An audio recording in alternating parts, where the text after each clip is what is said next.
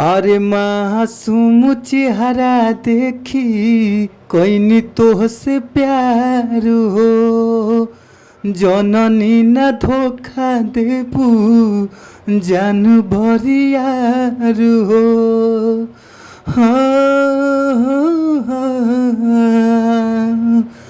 मासूम चेहरा देखी कोई तोहसे प्यार हो।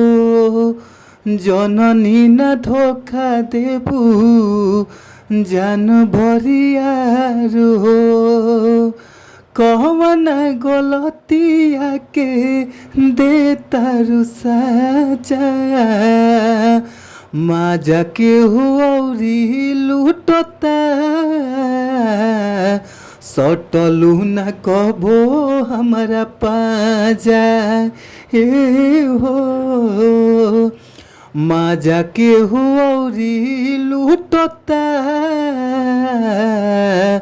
सटलू न कहबो हमरो पाजा।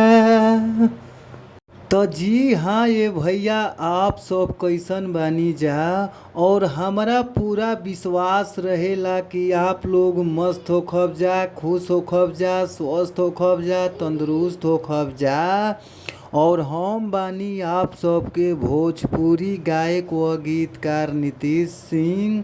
सबके हम प्रणाम करतानी। ए भैया, आपन आशीर्वाद हमरा ऊपर बनौले रही जा।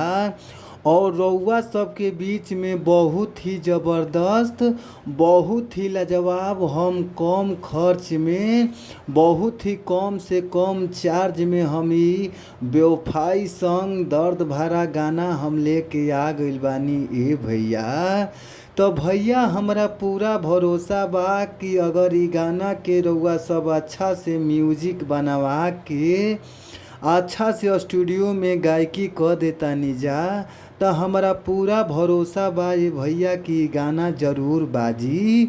तो भैया ई गाना के रउआ सब लेके गाई और ई गाना रउआ सब के बहुत ही कम से कम चार्ज में, ई कम से कम पैसा में रउआ सब के मिल जाई। ए भैया अजी भैया, रउआ सब अच्छा गावतानी जा। अच्छा मेटर गाना रउआ सबके नइखे मिल पावत है भैया। तो रउआ सबके घबराई के ज़रूरत नइखे। अच्छा मेटर पावे खातिर हमारी यूट्यूब चैनल के सब्सक्राइब कर लीजा, जौना यूट्यूब चैनल के नाम बाटे भोजपुरी संगीत लिरिक्स। तो आप लोग हमारी यूट्यूब चैनल के सब्सक्राइब कर के न घंटी के बेल आइकन ज़रूर दबा लीजा। तो आई जा हमने के सीधे सीधे चलल जा मुखड़ा के ओर।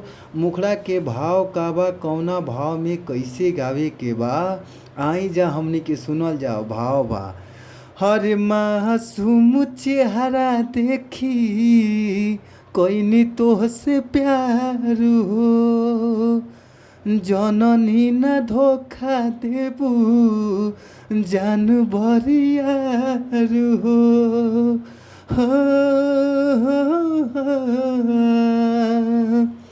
मासूम चेहरा देखी कोई तोहसे प्यार हो। जननी न धोखा देबू जान भरियार हो। अरे कौन गलतिया के दे तारू साजा। माजा के हुरी लूटता सटलू न कबो हमारा पाजा।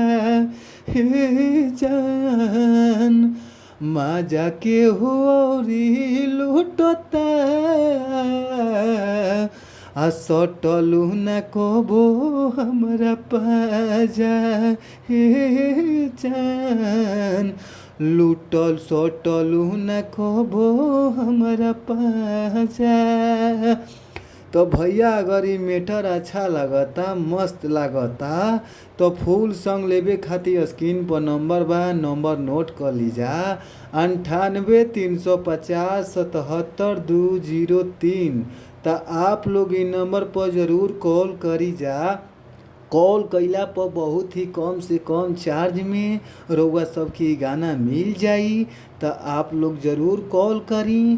फिर मिलल जाई नेक्स्ट वीडियो में, अगला वीडियो में। तब तक खातिर बाय बाय।